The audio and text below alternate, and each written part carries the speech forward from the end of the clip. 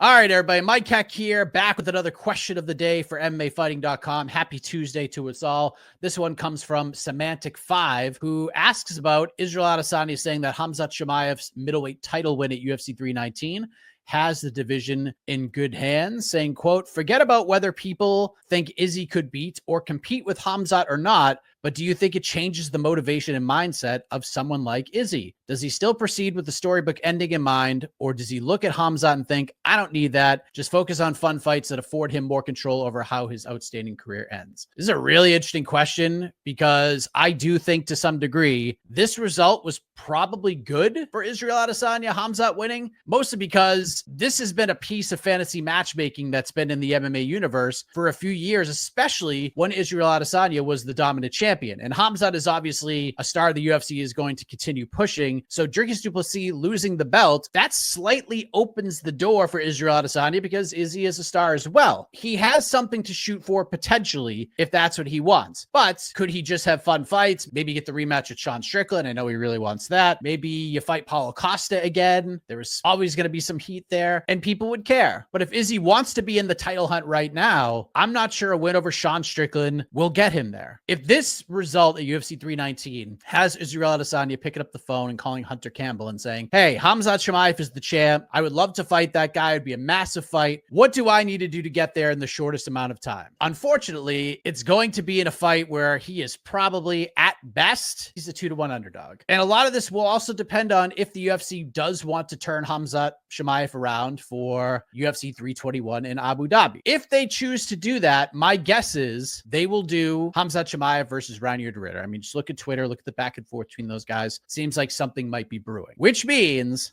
Israel Adesanya is going to have to fight Fluffy Hernandez. And boy, I got to tell you, that is a super tough ask for a guy who's been finished in back-to-back fights. But that's how he gets back. If the UFC thinks they don't need to rush Khamzat back, they probably don't need to. And if they want to hold him back until 2026, obviously there's more options on the table for Israel Adesanya. And all of them, if we're being honest with ourselves, are very tough stylistic matchups. But look, think about it this way. And I know some of you might be listening to what I'm saying and saying, no, there's no way Israel Adesanya can get back to a title fight. We live in a world where at the back end of his career, in his 40s, Glover Teixeira defied the odds and became a UFC world champion. So anything is possible, my friends. And thank you for the question. If you want your question answered, head to MMAfighting.com, head to the all new feed, chuck your question in there, and I might answer it tomorrow here on the question of the day. I'll see you then.